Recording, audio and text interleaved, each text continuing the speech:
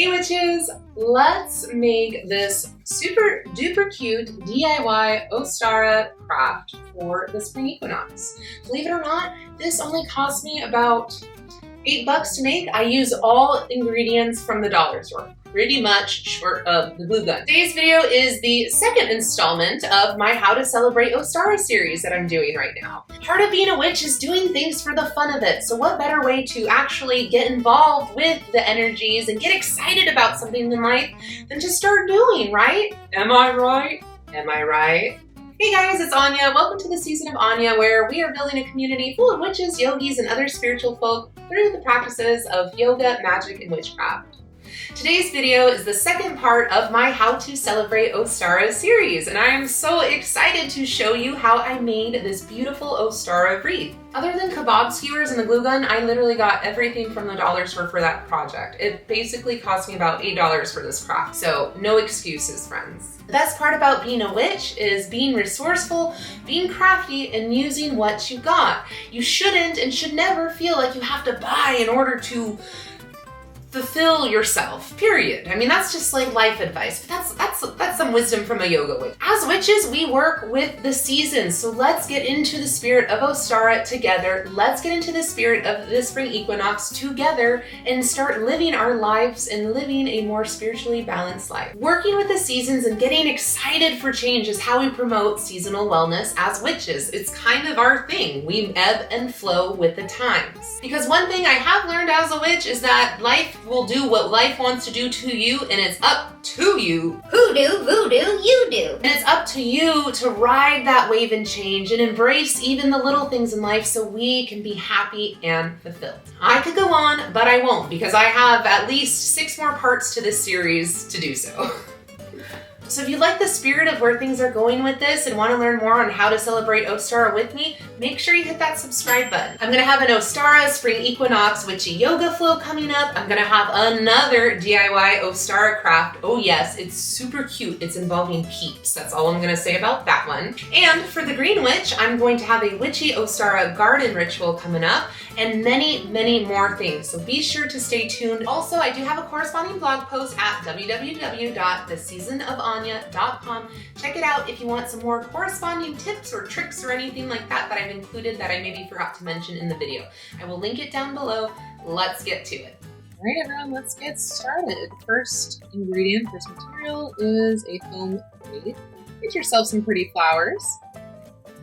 Garland, I used about 3 from the dollar store. Some moss, floral moss. Get some twine or ribbon. Get some pretty things to decorate with. I ended up just using the mushrooms, toothpicks or kebab skewers, and plenty of glue for the glue gun. Now what I had done,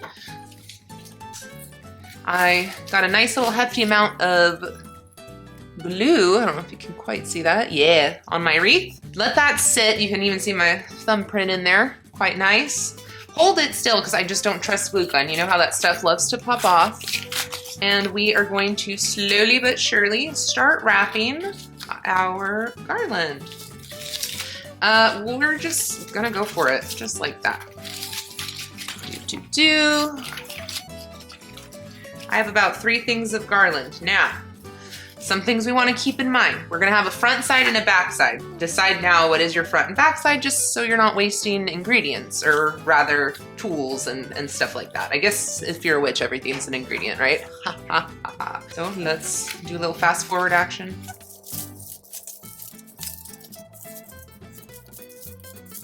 Repeat the same process yet again. Don't worry if your garland isn't all pretty yet. We'll fluff all this stuff out later, but right now, we just want to get some stuff on there. So again, I'm making room for 3, so be mindful too of just where you're putting your garland. So since I am using moss, I'm not as intensely worried about not having enough garland. So what I'll probably do is fill this for about half, put the other half on, and then decide where I want to go with it, okay? Cool, let's go. Okay, my friends, I am back to what's at hand here, the garland. Okay, so I put 2 sprigs of garland on the wreath. Now, what I'm gonna do is put that 3rd one because I still felt it was looking a little sparse. Now, pro tip, the reason why I'm showing you on camera. So I already have that back piece right here going. What we're gonna do, the little twisty parts go one way. We are basically just gonna go against the grain and go another way. And just try to fill some gaps very gently. So we have a little bit of a, you really can't even tell because there's not that many loops. But you can tell right here that it like crosses. A hatch effect, I guess, if that's what you want to call it. So yeah, that'll just give us a little bit more coverage, but hey, let's just take a moment already though without me fluffing it up or anything, and I see some potential. Okay guys, so I'm gonna just casually place these leaves on the background. Because honestly, like if you're looking at these cutouts are actually, you know, they're all right. Maybe the money would have been better spent on the real deal, getting like an actual ivy, not cutout ivy, but you know what? I'm having so much fun doing this, so we are rolling with it, fam. There is no need to be bougie here, but we are gonna make this even better and enhancing it. So like I'm saying, just pressing those leaves down with the hot glue gun. This part is actually less miserable than the other parts, like making the pentacle. Oh my gosh. No, that was actually fun, but you know, tedious. Basically, just try to cover as much ground as you can, and it'll start coming together.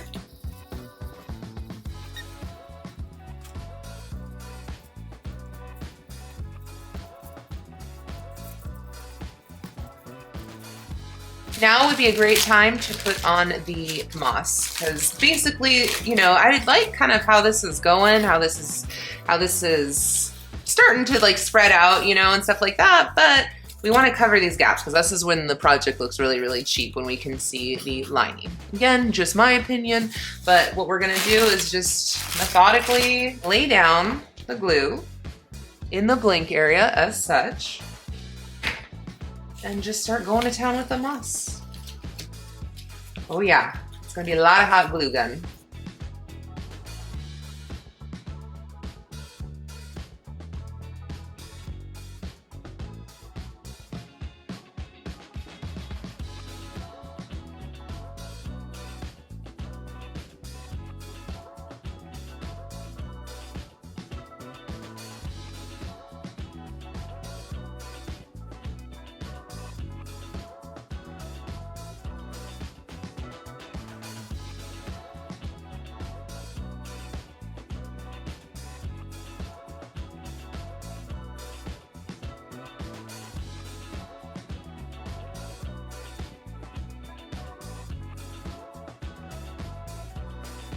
Okay, look how it's coming along. What you think? So far, not too shabby, I would say, but we're gonna jazz it up a bit.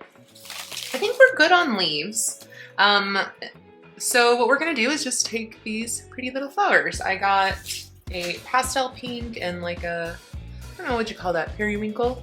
Cute, huh? So we're just gonna rip them off. Just like that.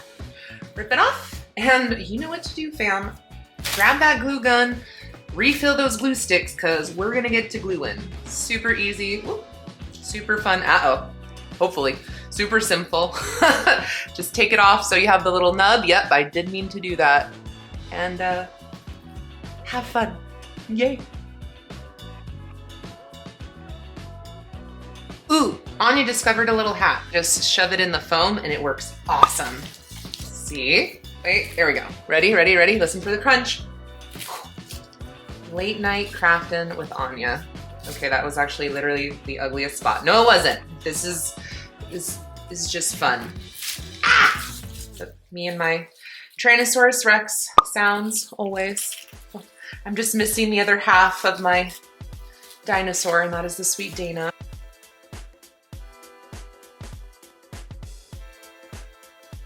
All right, I'm gonna do a couple more. Actually, I don't know, guys. What you think? It's looking cute. Time for the pink.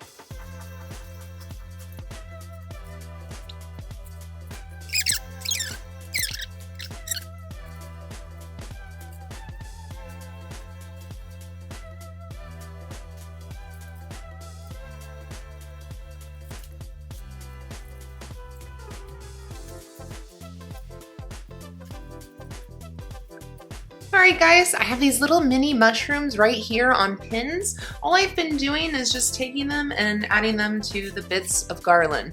So I'm gonna just continue doing that. That's gonna be the final step for the actual wreath, short of putting the pentacle on, and then we're just gonna move on to the strings. So stay tuned. I am honestly like not trying to sound like that girl, but also I'm kind of feeling like that girl right now with how good this looks, you know? Or should I say that witch?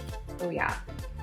Okay everyone, so the last step of this is the pentacle. Basically what you're gonna wanna do, go ahead and set your pentacle, set the pieces for the pentacle on top of the wreath. You want the pentacle to be a bit larger than the inside of the wreath so it can lay comfortably. Then just start to map out essentially your triangle. Basically what you're gonna do, triangle by triangle, point by point, get that glue gun and pray. Pray for patience and pray that for more patience and that it works. It's not that big of a deal. It's just you gotta finesse it a little bit. Getting those points working and working with that malleable glue gun is challenging at times, you know? Give it time, wait for the glue to maybe kind of somewhat dry and then put it together. But yeah, it was hard for me too. So if you are struggling with this part, be gentle with yourself. Okay, my friends, we are back. Here's the star. I promise it doesn't look as wonky. There we go. Look at that. There, that's the angle. That's the angle right there. Look at that. Woo. Anyways, what I did is I just chipped off all the rest of the little bits and pieces on the ends and used plenty of hot glue to kind of solidify and secure things, especially if the star was starting to look oblong. Pretty easy, pretty cut and dry.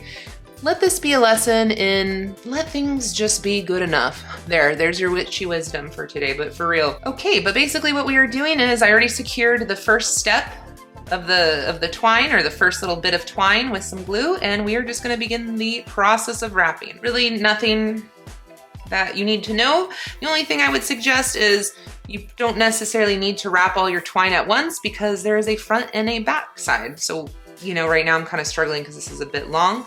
I could make this twine even shorter if I wanted to, but we are going to exercise patience and doing things mindfully today.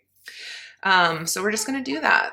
Also right now, this is a great time to weave, pun not intended, but really weave in some meditation techniques. If you want to try to do a little bit of mantra magic during this, that's amazing. Do it. Throw it in there. Put your intention in there and just have at it and enjoy yourself. So I'm just going to be doing that and I'll be back.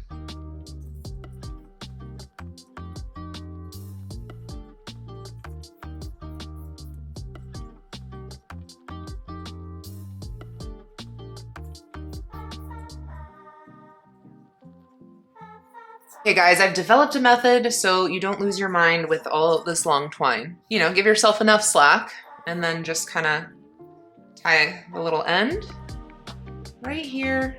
I don't know, in a knot or tuck it. It doesn't have to be anything too fancy. Look, bam, wham, bam. I don't know if that caught on camera, but you get the point because you know what? I hate hot glue gun actually. I forgot how much I hate it, and if it means I have to use more hot glue gun, no. This. Pew, pew. Hopefully this helps. So one thing I did want to show you, so we're trucking along as you can see. When you get to these little tips, that is actually where you do want to bust out some hot glue gun because just to get a nice thick, consistent loop, I guess, on the end. So I probably put on way too much, but as you can see, hopefully, you could also put the glue gun or the glue on after the fact. What I'm gonna do, I'm gonna do a little loop-de-loo and figure it out, but hopefully you get what I'm saying here. We're just gonna let you watch. Shove it in there. Shove it in. All right, everyone, there she is. What do you think? Looking cute, huh? I'm really proud of this one. Well, we are going to end it here, but I really would like to know, you guys, if you enjoyed this kind of content, these witchy crafts as well, please do drop a comment and let me know. Not only do comments actually really help my YouTube feed, you have no idea, the algorithm is nutso these days, but you know, we're chilling. But regardless, let me know if you like it, because to me, crafting or kitchen witchery or everything else in between is the magic in the yoga, magic, and witchcraft. Something about being in that flow, being in the present, all while just staying grounded and connected. Ain't nothing better. So I really hope you like this. It is 1 a.m. so I'm gonna go to bed. Just for that, you should drop a thumbs up and a like, just saying. But thank you guys so much for watching. Thank you for all the subscriptions, all the love, and so much love and healing to you on this journey. I'll catch you on the next one. Thank you so much for watching my Ostara DIY craft video. And in case I didn't mention it, I've got loads more videos on how to celebrate Ostara and how to celebrate the spring equinox as a witch. So be sure to hit that subscribe button. And if you make a craft or if you're into it, drop a comment or tag me on social media. I'm the Season of Anya. Pretty easy to follow me. I'm on pretty much all the platforms. Let's connect, let's engage, let's inspire each other. Or, you know what, maybe we just need to roast each other. Maybe you are not a crafty witch and you need to roast. I'll roast you. Free roastings. I don't know. Why not? With love, thank you all so much for watching, liking, and subscribing to the Season of Anya. So much love and gratitude to you all on this journey of healing. I'll catch you on the next one.